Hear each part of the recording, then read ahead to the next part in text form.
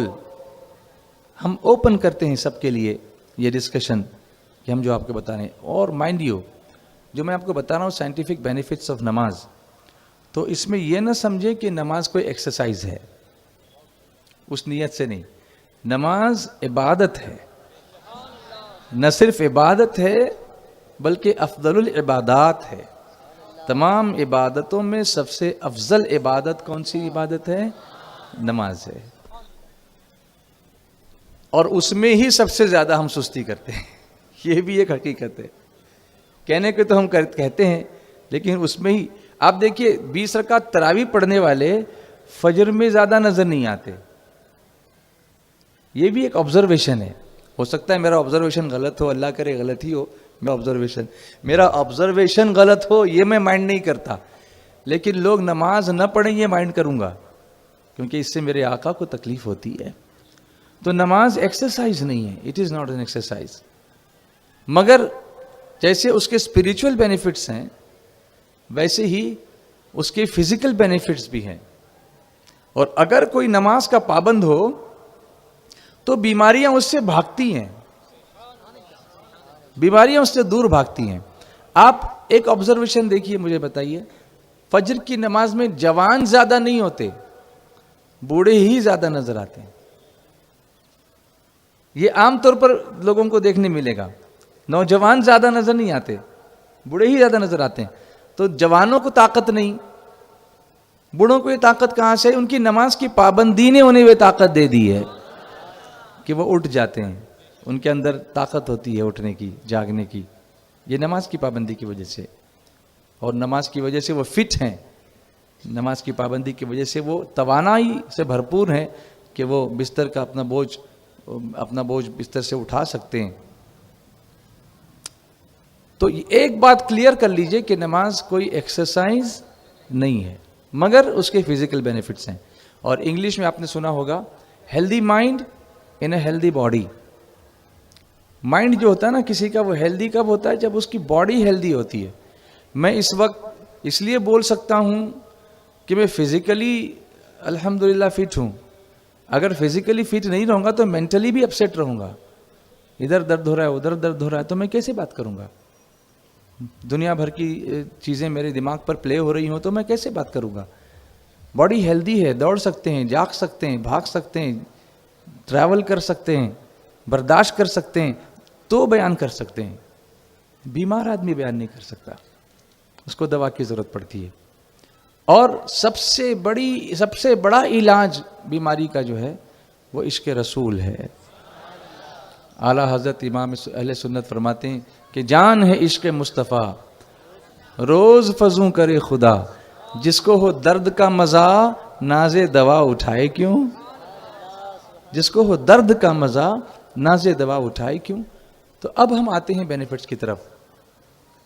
نماز کے اندر جو پوسچرز ہیں, پوسچرز یعنی جو حالتیں ہیں, اس کو اگر آپ دیکھیں اطمینان سے, پہلا پوسچر ہمارا ہوتا ہے قیام. نماز میں 7 چیزیں فرض ہیں. چلو اس کے ساتھ ساتھ یہ بھی ہو جائے گا, نماز کے فرائض بھی ہو جائیں گے یاد ہم کو. نماز میں کتنی چیزیں فرض ہیں؟ بولو میرے ساتھ, جی بولو میرے ساتھ, کتنی ہیں؟ 7. نماز میں 7 چیزیں فرض ہیں. نمبر 1, جی تکبیر تحریمہ. کیسے ہاتھ اٹھائیں گے؟ کیا بولیں گے؟ کہاں تک ہاتھ اٹھائیں گے؟ ایسے کریں گے کیا؟ ایسے کریں گے کیا؟ ایسے کریں گے کیا؟ بالکل کانوں تک ہاتھ اٹھائیں گے. اور ہاتھ کہاں ہونے چاہیے؟ قبلے کی طرف.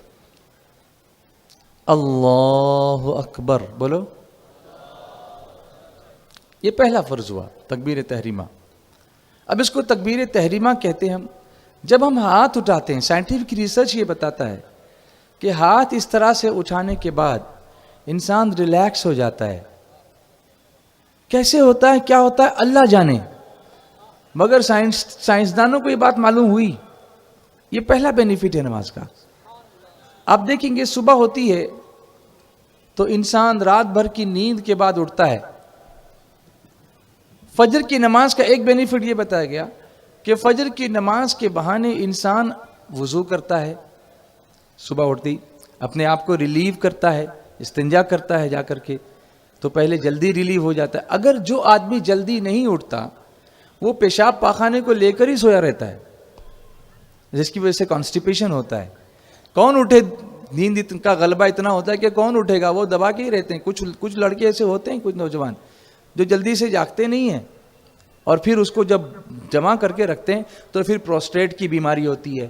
اس کی وجہ سے جب مثانے کے اندر پیشاب کا پریشر پڑے گا تو پھر کنٹرول نہیں ہوگا, تو اس کو ریلیز کرنا اس کے وقت پر یہی, کیونکہ جب آپ پیشاب پاخانے کے لیے, حاجت کے لیے جب بیت الخلاء میں جاتے ہیں تو واپس آنے کے بعد کی دعا کیا ہے؟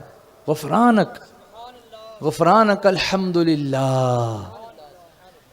جب آپ کو بہت دنوں تک تکلیف ہو پیٹ کی اور اجابت ٹھیک سے نہیں ہوتی ہو, اس کے بعد آپ کبھی فارغ ہوں تو آپ کو واقعی لگتا ہے کیا پیاری دعا ہے نا الحمدللہ. اچھا لگا. جیسا کھانے کے بعد انسان کو اچھا لگتا ہے ایسے ہی فرادت کے بعد بھی اچھا لگتا ہے.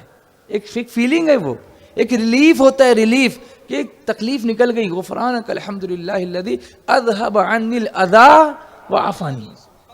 سب خوبیاں اس اللہ کو جس نے مجھ سے تکلیف کو دور کیا اور مجھے عافیت عطا فرمائی.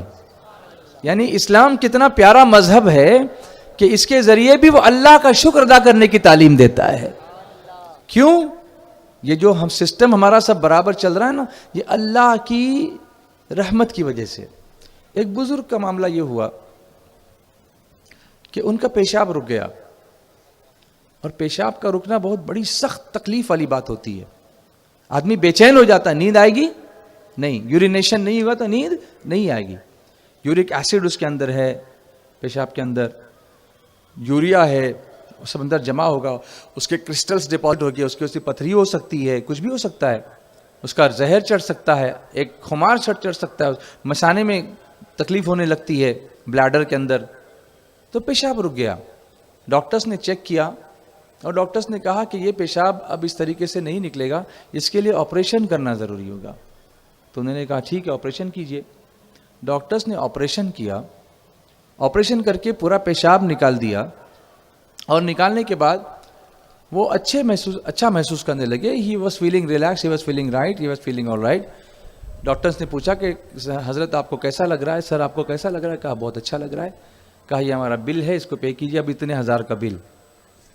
اب وہ دیکھا تو وہ جناب رونے لگے.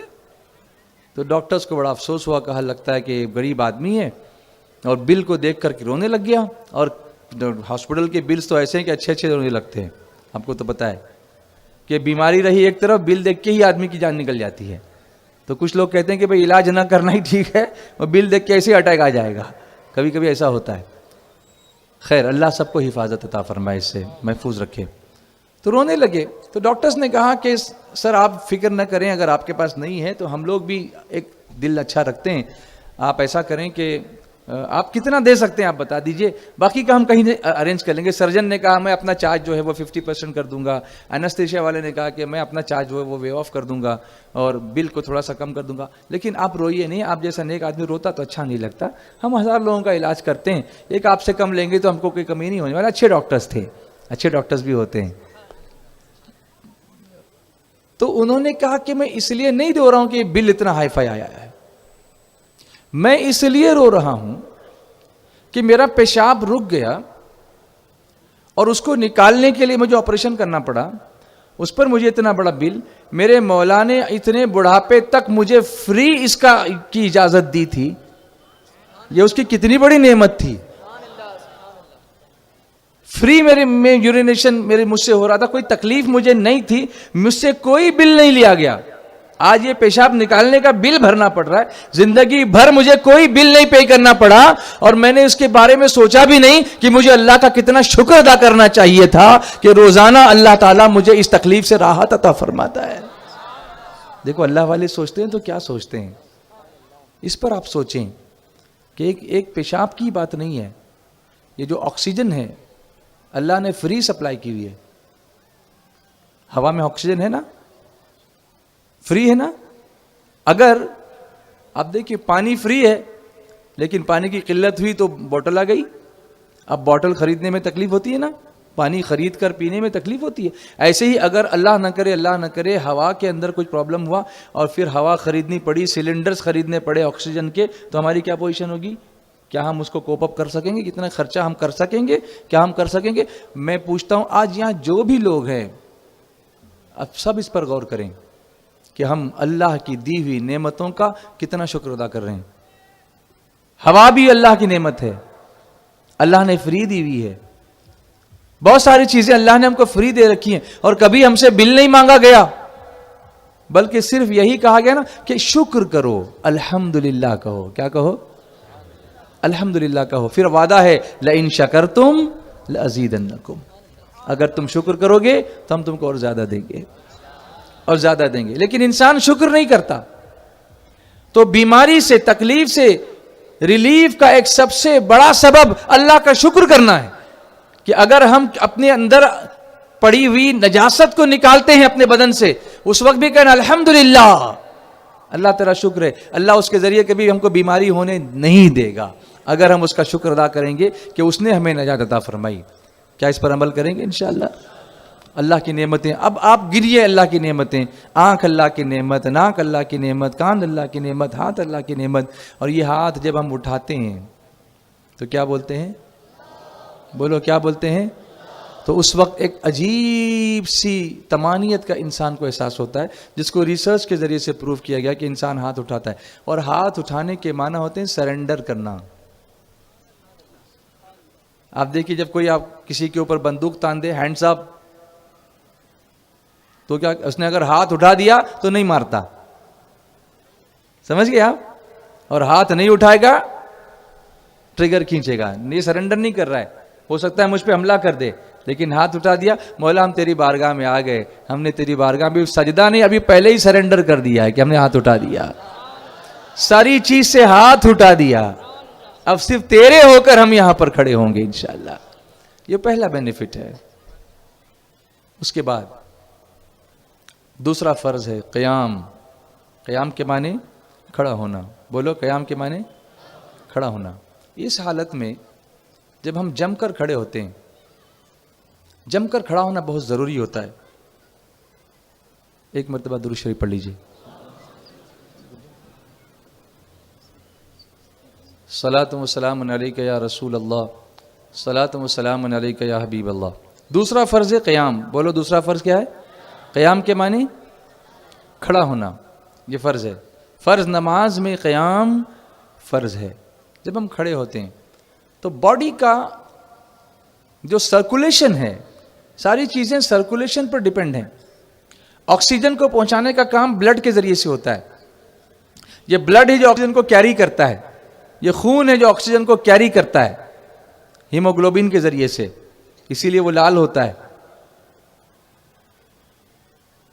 تو ہمارا جو یہ ہارٹ ہے، یہ اس لائک اے پمپ، یہ پمپنگ کرتا ہے، اور اس کا کام ہے پمپ کر کے برین تک بھی پہنچانا اور زمین میں پیروں کے تلوے تک بھی خون کو پہنچانا. یہ کس کا کام ہے؟ ہارٹ کا کام ہے.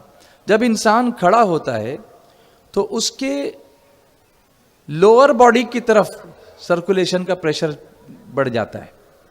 جب انسان کھڑا ہوتا ہے تو نیچے کی طرف سرکولیشن اچھی طرح سے ہونے لگتا ہے، جس کی وجہ سے ٹوز ہیں، تلوے ہیں، یہ نیز کے نیچے کا حصہ ہے، یہ کاف مسلس ہیں، اس میں سرکولیشن، اس میں جان آ جاتی ہے، اور آپ کو جو ہے وہ ایک عجیب سی فرحت کا احساس اس جسم کے اس بھاگ میں ہوتا ہے، اس حصے میں ہوتا ہے.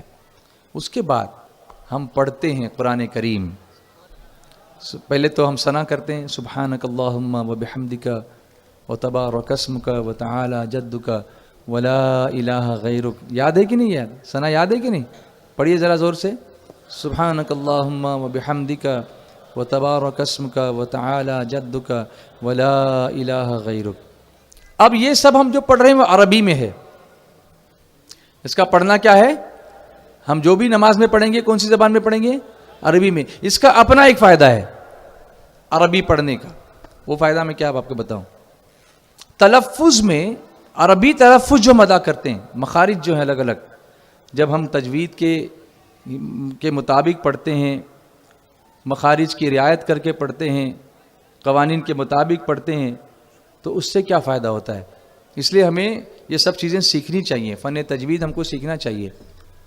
وجہ اس کی یہ ہے کہ آپ انگلش پڑھیے، آپ اردو بولیے یا کوئی اور زبان بولیے، اس میں ہر حرف کے لیے کوئی الگ مخرج نہیں آپ کو نظر آئے گا. وہ کھ بھی بولے گا اور خ بھی ویسے ہی بولے گا. وہ تو اور ت میں فرق نہیں کرے گا. وہ صاد اور سین میں فرق نہیں کرے گا. وہ الف اور عین میں فرق نہیں کرے گا. کبھی کبھی لوگ آئینہ بولتے ہیں، آئینے کو، اور عین کو عین بولتے ہیں. تو اردو میں فرق نہیں پڑتا، چل جاتا ہے، لیکن عربی میں بہت فرق پڑتا ہے. تو آپ کو جب عربی بولیں گے اور تلاوت کریں گے تو بالکل پرٹیکولر رہنا پڑتا ہے. جیسے الحمدللہ رب العالمین الرحمن الرحیم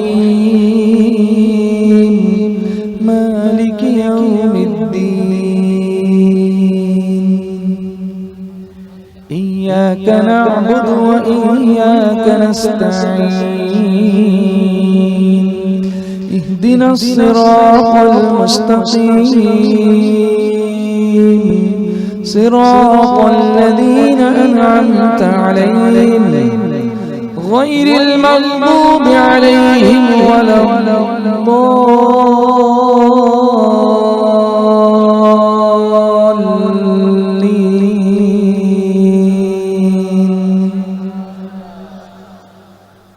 آمین تو بولیے.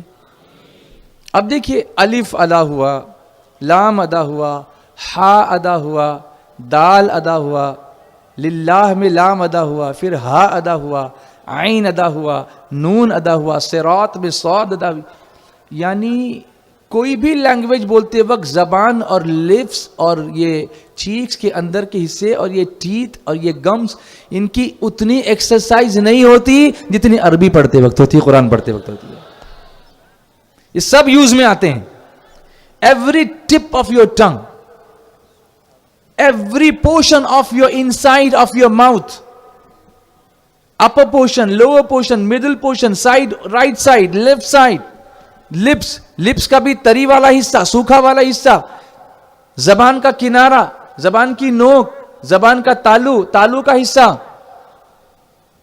سے سب یوز ہوتا ہے. تو آپ دیکھیں گے کہ اسپیچ تھراپی میں قرآن سے بہتر کوئی تھراپی نہیں ہے. اس کو بھی تسلیم کیا گیا, جو ڈاکٹرز ہیں انہیں تسلیم کیا ہے کہ جو لوگ ٹھیک سے بول نہیں سکتے انہیں چاہیے کہ قرآن کی کثرت سے تلاوت کریں, اچھی طرح بولنے لگ جائیں گے. بولو نا. اسی لیے میرے آقا نے فرمایا ہوگا, سرکار صلی اللہ علیہ وسلم کے فرمان کی حکمت اللہ اس کے رسول بہتر جانتے, لیکن ایک بات سمجھ میں آتی ہے. میرے آقا نے فرمایا جب بچہ بولنے لگے تو سب سے پہلے اسے لا الہ الا اللہ محمد رسول اللہ سکھاؤ. سب سے پہلے یہ کلمہ سکھا دو اس کو, عربی سب سے پہلے یہ سکھا دو. ہم لوگ کیا سکھاتے ہیں؟ ٹاٹا. تو یہیں سے ٹاٹا ہی ہو گیا سب پورا. تو ٹاٹا مت کرو, اسے دین سے قریب کرو. تو یہ سپیچ کی تھراپی جو ہے عربی میں ہوتی ہے, اور اس کی وجہ سے منہ کے سارے حصوں میں بلڈ کا سرکولیشن بہت پرفیکٹلی ہونے لگتا ہے, تو انسان اپنے منہ کے اندر بڑی تازگی محسوس کرتا ہے. اور سنو, انسان جب فکروں سے گھرا ہوا ہو, تو ایک ریسرچ کیا گیا کہ فکروں سے گھرا ہونے پر انسان کو کیا کرنا چاہیے. ریسرچ کے بعد پتہ چلا کہ قرآن کریم کی تلاوت کے بعد جتنا ریلیکسیشن ملتا ہے ایسا کسی اور بات کے کرنے سے نہیں ملتا ہے. تو نماز کے اندر قرآن بھی ہے, تلاوت فرض ہے نا, نماز میں تلاوت کرنی چاہیے. تو تلاوت چاہے آپ 3 آیتیں پڑھیں, چاہے آپ بڑی آیتیں پڑھیں, لیکن سورہ فاتحہ کے ساتھ کچھ تو آپ قرآن ملائیں گے, تلاوت کریں گے. تو یہ اس کا بینیفٹ ہے کہ فزیکل بینیفٹ اس کا, پھر اسپریچول بینیفٹ, مینٹل بینیفٹ کہ آپ ریلیکس ہوتے ہیں. ابھی آپ نے کہا اللہ اکبر, کرو ایک بار اور. آپ لوگ سب دھیان دے رہے ہیں نا, ایک بار اور بولو نا, اللہ اکبر. یعنی اللہ سب سے بڑا ہے.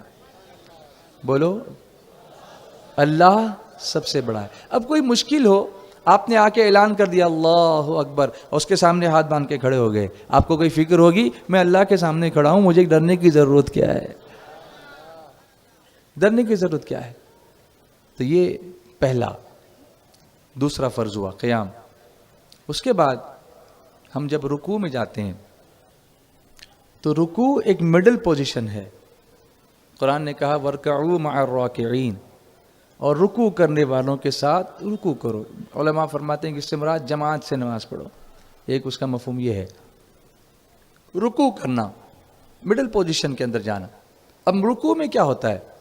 جب انسان رکوع کی پوزیشن میں ہوتا ہے تو آپ اگر صحیح طریقے سے رکوع کریں گے تو فائدہ ہوگا. یہاں ایک بات اور عرض کرتا ہوں کہ میرے آقا علیہ الصلوۃ والتسلیم نے فرمایا صلو کما رأیتمونی اصلی, نماز ایسے پڑھو جیسے مجھے پڑھتا ہوا دیکھتے ہو, جیسے میں پڑھتا ہوں. تو وہی نماز بینیفٹ دے گی, چاہے وہ فزیکل ہو چاہے اسپریچول ہو, جو حضور کی سنت کے مطابق ادا ہوگی.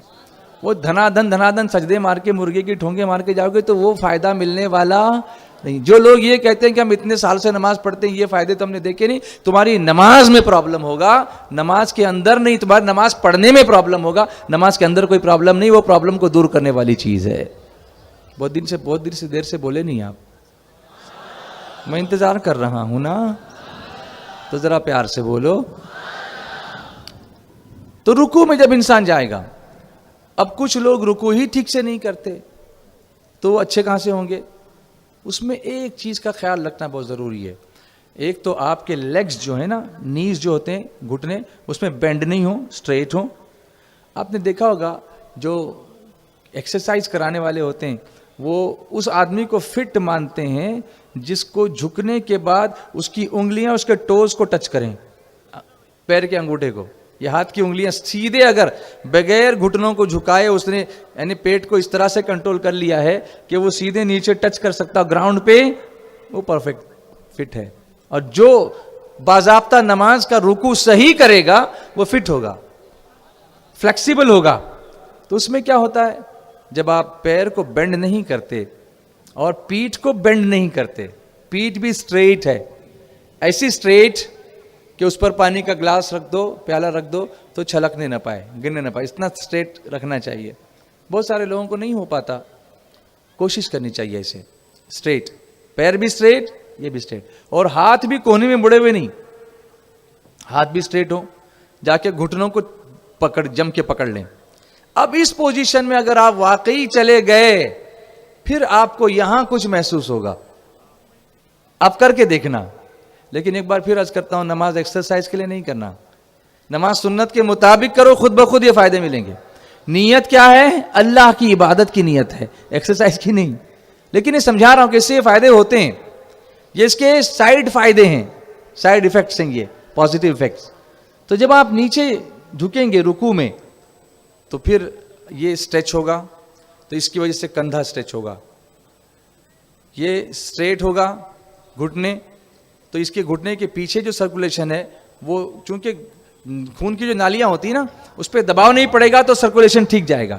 تو اسٹریٹ کیوں کرنا؟ تاکہ سیدھا سیدھا فلش ہو, پریشر کے ساتھ نکلے سیدھا. اسی طرح سے یہ بیک کا جو اسپازم ہوتا ہے آپ کا یہاں پیچھے اگر ہوتا ہے, یہ کمر ہے, یہ ریلیکس ہوتی ہے, آپ کو ایک عجیب سی فرحت کا احساس ہوگا پیچھے کہ واہ ماشاء اللہ. اور اس کی طرح سے بیک بون جو ہے نا آپ کی یہ اسٹریٹ ہو جاتی ہے, تو بیک بون کے اندر جو آپ کی کبھی کبھی اسپونڈیلائسس ہوتا ہے جس کی وجہ سے گردن میں درد ہوتا ہے, وہ ڈاکٹر کہتے ہیں C1 C2 C3 C4 یہاں پر گھسا ہوا ہے, جس کی وجہ سے ایسا ہو گیا ہے. تو اگر نماز کی حالت میں پرفیکٹ پوزیشن رکھو گے, ڈاکٹرز جو ایکسرسائز کرنے بولتے ہیں اس سے بہتر فائدہ اچھی نماز پڑھنے کی وجہ سے آپ کو ہوگا. آپ اس طرح سے کر کے دیکھیں, اللہ اس میں برکت عطا فرمائے گا. ایک صاحب کسی ڈاکٹر کے پاس پہنچے, مسلمان ڈاکٹر تھا. انہوں نے کہا کہ میری بیوی کو پیٹھ میں کافی درد ہوتا ہے, بیک پین, اور بیک پین جو ہے انسان کو بہت تکلیف دیتا ہے.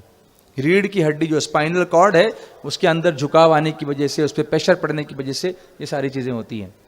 تو گئے ڈاکٹر کے پاس, مسلمان ڈاکٹر تھا. اس نے کہا کہ آپ کو یہ آپ کی بیوی کو جو تکلیف ہے کیا یہ نماز نہیں پڑھتی؟ تو انہوں نے کہا نہیں, نماز تو پڑھتی ہیں. کہا ذرا مجھے پڑھ کے دکھاؤ یہ نماز کیسے پڑھتی ہیں.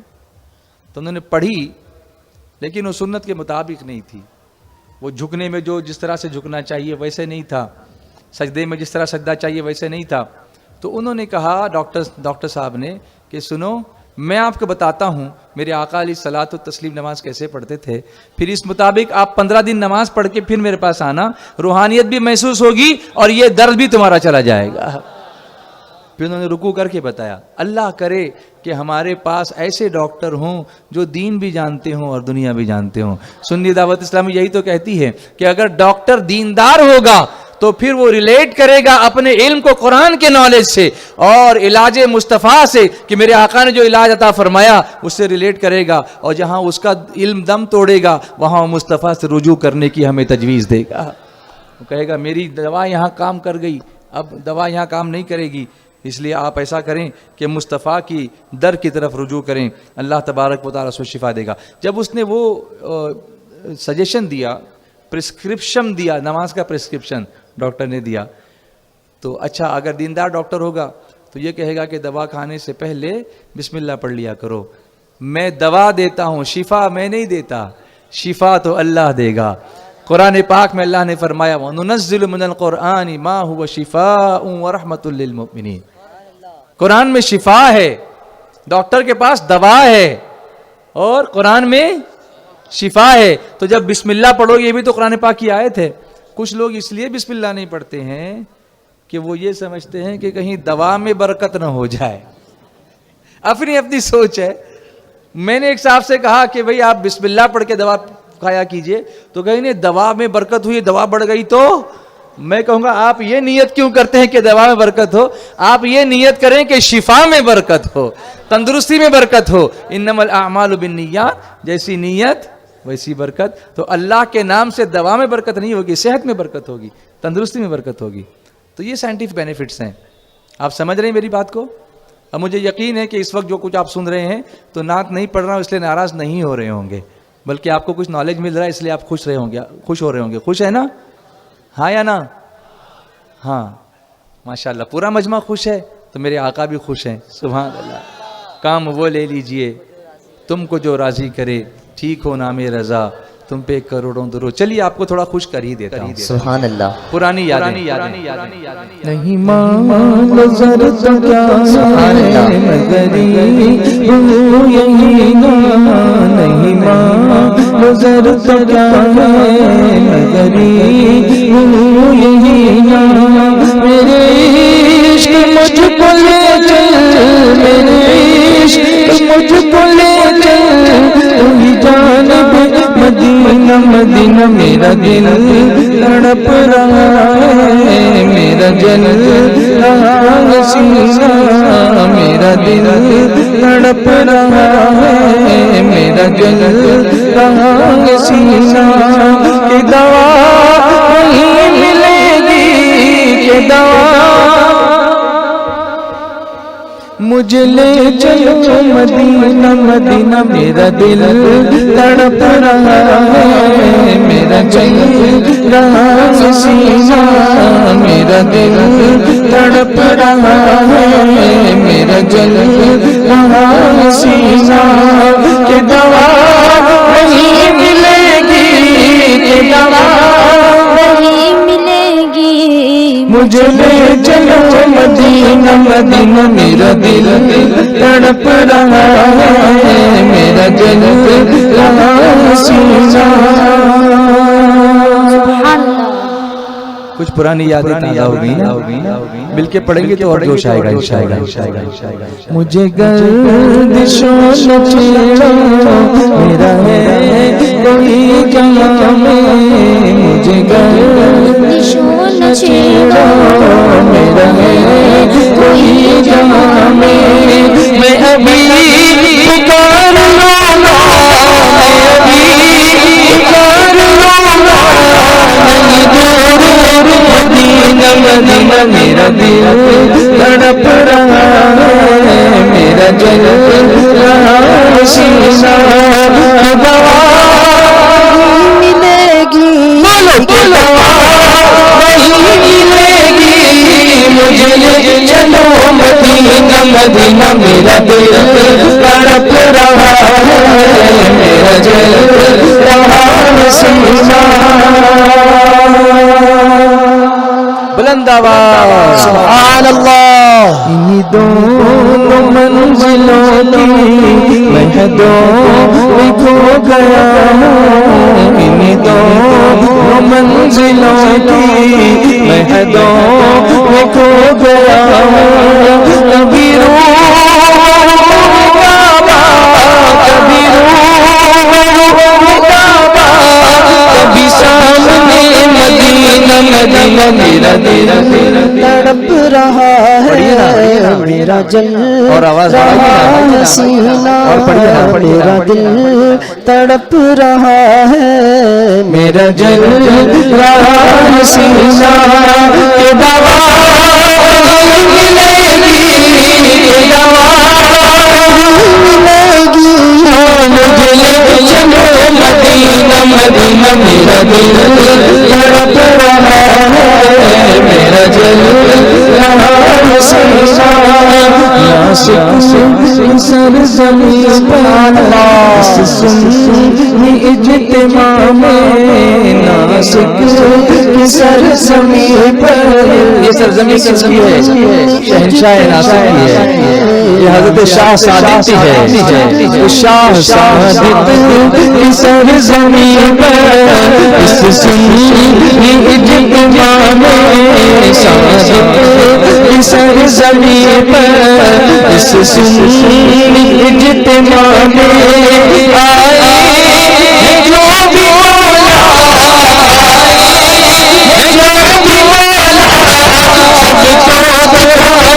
مولا مدینہ میرا دل تڑپ رہا ہے میرا دل رہا سینا ملے گی کہ دوا وہی ملے گی مجھے لے چلو مدینہ مدینہ میرا دل تڑپ رہا ہے میرا دل رہا سینا دوا وہی ملے گی دوا وہی ملے گی مجھے چلو مدینہ مدینہ میرا دل تڑپ رہا ہے میرا دل رہا سینا.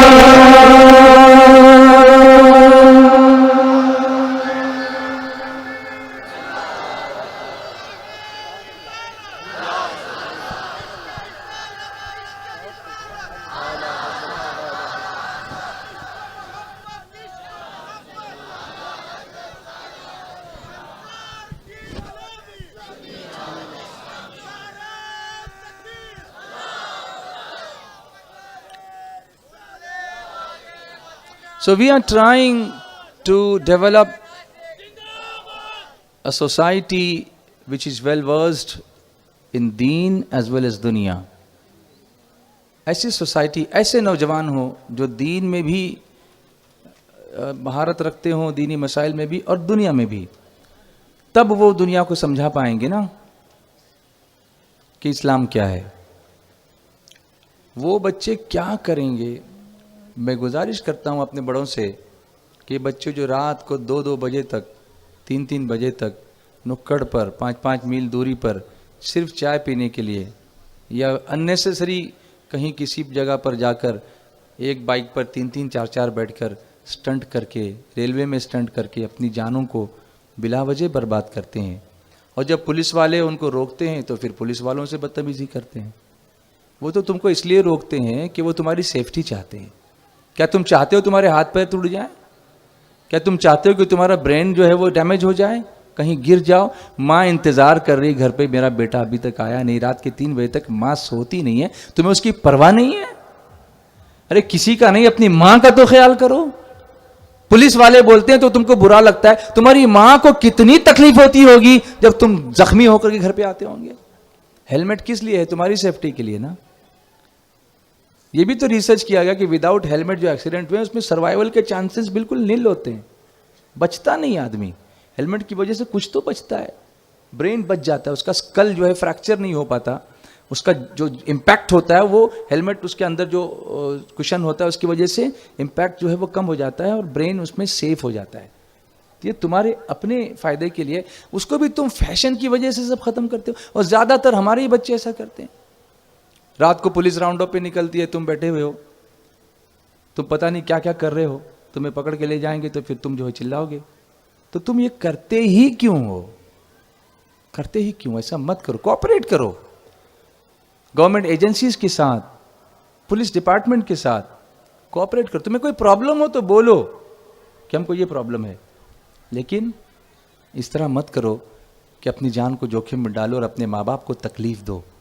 تمہارے ماں باپ تمہاری خاطر رات بھر تڑپتے رہتے ہیں، ترستے رہتے ہیں. یہ سب حرکتیں بند ہونی چاہیے. ٹرین میں سفر کرتے وقت کتنے بچوں کی جانیں گئی ہیں. ابھی حال ہی میں بمبئی میں کتنے ایکسیڈنٹس ہوئے. اس ماں کا کلیجہ کیا بولتا ہوگا جب بچہ اسکول سے گھر واپس نہیں آتا ہے، اس کی لاش آتی ہے. آپ کو درد نہیں ہوتا؟ اچھا اتنے ایکسیڈنٹس دیکھنے کے بعد بھی سبق حاصل نہیں کرتے ہو؟ کیا قیامت کا انتظار کر رہے ہو تم؟ اللہ سے ڈرو کہ اللہ تبارک و تعالیٰ نے جان کی حفاظت کو تمہارے اوپر فرض کیا ہے نا. اپنی جان بچانا فرض ہے. اگر کوئی شخص نماز پڑھ رہا ہو اور سامنے کوئی کنواں ہو اور کوئی سامنے سے گزر رہا ہو یا نابینا ہو اور ڈر ہے کہ وہ کنویں کے اندر گر جائے گا, مر جائے گا, تکلیف میں پڑے گا, تو نماز توڑ کے اسے بچاؤ. یہ پیغام دو غیر مسلم قوموں کو کہ ہمارے یہاں عبادت میں یہ بھی گنجائش ہے کہ اگر کسی کو بچانا ہو تو اللہ نے ہمیں, اس کے رسول نے یہ حکم دیا ہم کو کہ ہم اس کی مدد کر سکتے ہیں. ایسی گنجائشیں رکھی گئی ہیں. مال اتنا زیادہ ہو, چوری ہونے کا اندیشہ ہو, تب بھی حکم ہے. سب چیزیں اسپیسیفائی کی گئی ہیں, سب چیزیں بتائی گئی ہیں کہ آپ کو کب کیا کرنا ہے. آپ کو نالج نہیں. انسان قانون کب توڑتا ہے؟ یا تو جان بوجھ کے توڑتا ہے یا اگنورنس میں توڑتا ہے. معلوم نہیں ہوتا تو توڑتا ہے یا معلوم ہو کر بھی جان بوجھ کے توڑتا ہے. دوسری شکل زیادہ خطرناک ہے, اور پہلی شکل بھی خطرناک اس لیے ہے کہ آپ کو علم حاصل کرنے سے روکا کس نے؟ آپ معلومات لیجئے اور کام کیجئے. تو سیکنڈ پورشن جو تھا پوسچر, وہ تھا رکوع کا. اس میں یہ ہوتا ہے کہ جو middle part of the body ہے اس کو سرکولیشن اچھا پہنچتا ہے. جب جھک جاتے ہیں نا آپ, تو ہارٹ چونکہ کھڑی حالت میں ہارٹ پہ یہ پریشر ہوتا ہے کہ وہ برین کے اوپر پمپ کرے, اوپر, تو اوپر پمپ کرنے میں زیادہ توانائی لگتی ہے کیونکہ اگینسٹ ہوتا ہے, وہ فورس کے اگینسٹ ہوتا, گریویٹیشنل فورس کے اگینسٹ ہوگا.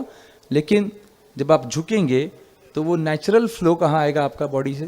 یہ باڈی کی جو پارٹس ہیں, چیسٹ ہے, سٹمک ہے, ناک ہے, آنکھیں ہیں, برین ہے, اس طرف. اور اس کی وجہ سے کڈنیز کو بہت اچھی طرح سے بلڈ سپلائی ملتا ہے اور کڈنیز اچھی طرح فنکشن کرنے لگتی ہیں. یہ سائنٹیفک بینیفٹ ہے. اور عام طور پر آدمی کو اگر کوئی ایکسرسائز ڈاکٹر لکھ کر دے دے کہ آپ اچھا گھر میں ایکسرسائز کرتا نہیں ہے تو کسی فیزیو تھراپسٹ کے پاس جائے گا, تو کتنے دن جاتا ہے؟ 10 دن کا ایکسرسائز دے گا وہ لکھ کر کے, 15 دن کے دے گا, پھر کہے گا گھر میں کرو. گھر میں کتنے دن کرے گا؟ 1 ہفتہ کرے گا, اس کے بعد چھوڑ ہی دیتا ہے. لیکن چونکہ نماز فرض ہے تو مرنے تک آپ کو کرنا ہی ہے. بولیے نا, بولیے نا, بولیے نا. آپ جانتے ہیں کہ مرتے وقت اللہ نے اور اس کے رسول صلی اللہ علیہ وسلم نے جو ہمیں تعلیم دی اس کے مطابق کلمہ کی تلقین کرنے کا حکم ہے. کلمے کی تلقین, لا الہ الا اللہ محمد رسول اللہ صلی اللہ علیہ وسلم, یہ کلمے کی تلقین کرنا ہے. آپ جانتے ہیں باقی چیزیں پڑھنے میں بہت ساری منہ کی توانائی انوالو ہوتی ہے یا اس کے مسلس انوالو ہوتے ہیں, لیکن لا الہ الا اللہ پڑھنے میں بہت منیمم توانائی سے آدمی پڑھ سکتا ہے. اللہ نے اسی پر ایمان کا دار و مدار رکھا ہے. سبحان اللہ, کہ جس نے کلمہ طیبہ پڑھ لیا اور اس کا خاتمہ ہوا وہ ایمان پر گیا. یعنی کتنے منیمم پر ہم کو, منیمم کوشش پر ہم کو کتنا بڑا ریوارڈ دیا اللہ تبارک و تعالیٰ نے.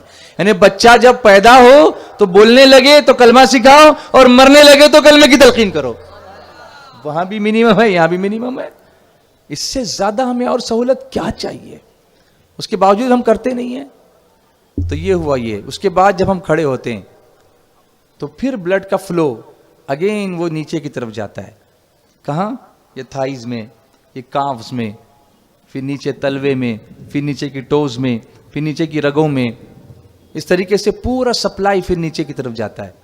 اور پھر انسان جب سجدے میں جاتا ہے تو کیا کہنا؟ سبحان اللہ, بولو نا, بولو نا.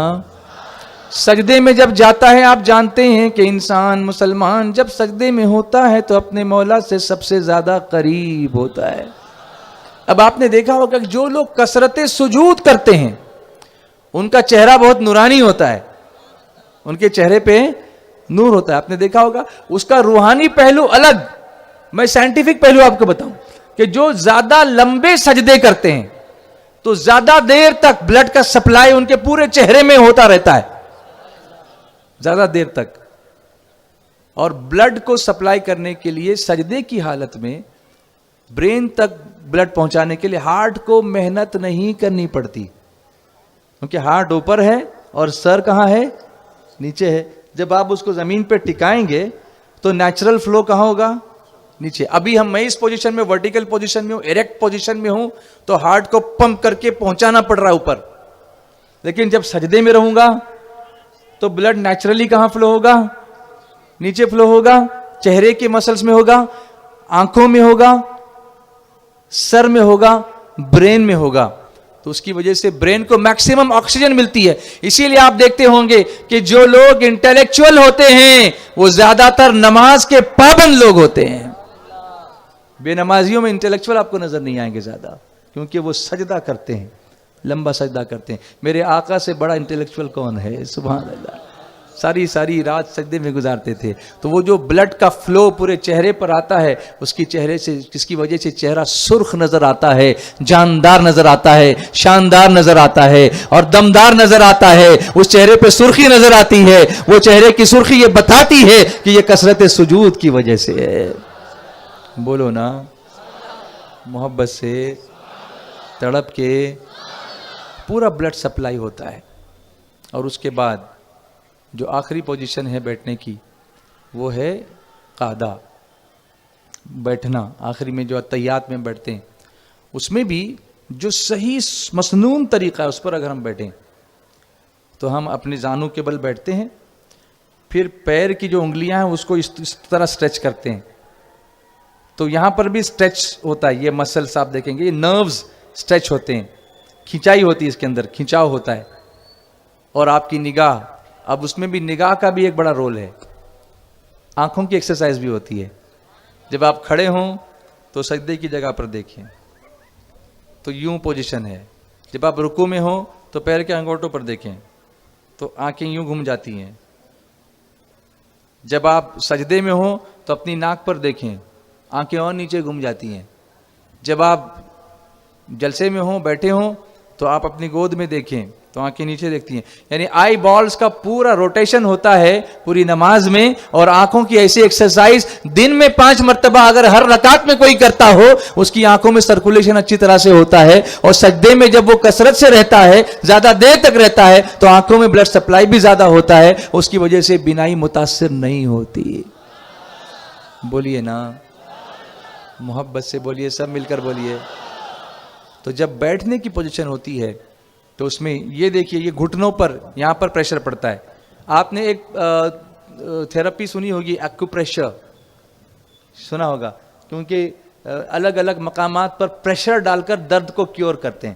وہ پرٹیکولر مقام پر دبانے سے پرٹیکولر جگہ کا درد دور ہوگا. اس میں کبھی کبھی یہ بھی ہوتا ہے کہ انگوٹھے کو دبانے سے سر کا درد دور ہوتا ہے. تو ہم سوچتے ہیں یہ کیسے ہوگا، تو ہمیں پتہ چلتا کہ یہ انہوں نے بعد میں کیا. یہاں ہمارا انگوٹھا اسٹریچ ہو رہا ہے اتحیات میں بیٹھنے سے اور ہمارے سر میں راحت ہو رہی ہے. تو یہ نماز کی برکتیں ہیں. یہ فزیکل بینیفٹس آف نماز ہیں، یہ سائنٹیفک بینیفٹس آف نماز ہیں. یہ پیچھے جو کمر کے مسلس ہیں وہ اس میں اسٹریچ ہوتے ہیں. یعنی اس کو اگر اور میں کھول کر کے بیان کروں تو پھر ایک بہت لمبا لیکچر ہو جائے گا. لیکن میں نے چند اشارے آپ کو دیے ہیں کہ آپ حضرات اور میں سب مل کر نماز کی پابندی کریں. اور نماز کی پابندی عبادت کے لیے کریں، لیکن اس کے ساتھ ساتھ اللہ سے صحت و تندرستی بھی مانگیں کہ اس کے ذریعے سے اللہ ہمیں تندرستی عطا فرمائے. دوا سے تندرستی کیوں لیتے ہو، نماز سے تندرستی لے لو.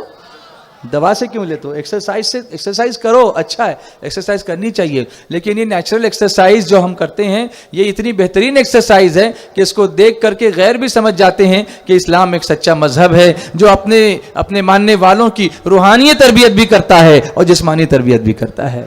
صلی اللہ علیہ یا رسول اللہ وسلم علیک یا حبیب اللہ. مل کر پڑھیے، صلی اللہ علیک یا رسول اللہ وسلم علیک. اگر سننا چاہتے ہیں تو پڑھنا پڑے گا. پڑھیے نا، صلی اللہ علیک یا رسول اللہ وسلم علیک یا حبیب اللہ. اور محبت سے پڑھیے نا، صلی اللہ علیک یا رسول اللہ وسلم علیک یا حبیب اللہ. مکہ مدینہ دور ہے جانا ضرور ہے مکہ مدینہ دور ہے جانا ضرور بولو مکہ مدینہ دور ہے مکہ مدینہ مدینہ مکہ مدینہ مدینہ مکہ مدینہ مدینہ مکہ مدینہ دور ہے جانا ضرور ہے مکہ مدینہ دور ہے جانا ضرور ہے جانا ضرور ہے جانا ضرور بولو جانا ضرور ہے مکہ مدینہ دور ہے جانا ضرور ہے مکہ مدینہ دور ہے جانا ضرور ہے میرے آقا کا نورانی رنگ اتنا سونا میرے آقا کا نورانی رنگ اتنا سونا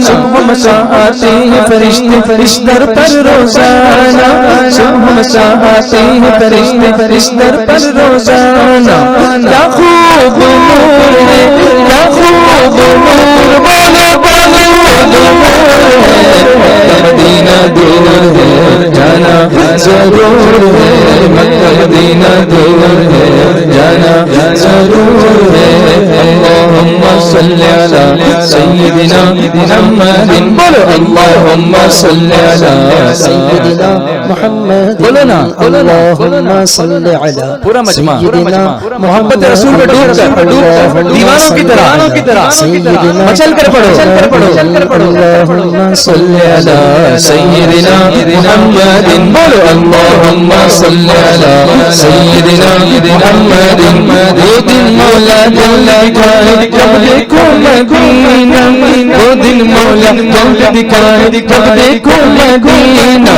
میرے آقا کا جلوہ سے وہ سر نور سینہ میرے آقا کا جلوہ سے وہ سر نور سینہ جلوہ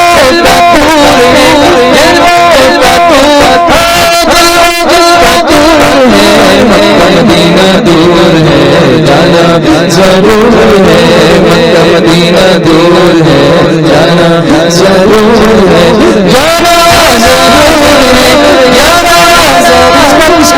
جانا مدینہ دور ہے جانا ضرور ہے اللہم صلی علی سیدنا محمد بولو اللہم صلی علی سیدنا محمد بولو اللہم صلی علی سیدنا محمد مولا دل کا زنگ چھڑا دے کرو درود سے مولا دل کا زنگ چھڑا دے کرو درود سے بخشش بھی سوگات پاؤں دربار حضور سے بخشش بھی سوگات پاؤں دربار حضور سے مولا غفور ہے مولا غفور بولو مولا غفور ہے مکہ مدینہ دور ہے جانا ضرور ہے مکہ مدینہ دور ہے جانا ضرور ہے جانا ضرور ہے جانا ضرور ہے ہم کو جانا ضرور سب کو جانا ضرور ہے مکہ مدینہ دور ہے جانا ضرور ہے مکہ مدینہ دور ہے جانا ضرور ہے کاش تمہارے درد پڑا ہو پڑے رضوان تمہارا آمین تو بولو آمین بولو آمین کاش تمہارے درد پڑا ہو پڑے رضوان تمہارا دونوں جہاں میں سوا تمہارے کوئی نہیں ہے سہارا دونوں جہاں میں سوا تمہارے کوئی نہیں ہے سہارا یہی شعور میرا یہی شعور ہے مکہ مدینہ دور ہے جانا ضرور ہے مکہ مدینہ مدینہ مکہ مدینہ مدینہ مکہ مدینہ دور ہے جانا ضرور ہے اللہم صلی علی سیدنا محمد بولو اللہم صلی علی سیدنا محمد بولو اللہم صلی علی سیدنا محمد بولو اللہم صلی علی سیدنا محمد بولو اللہم صلی علی سیدنا محمد وعلی آلہ وصحبہ اجمعین.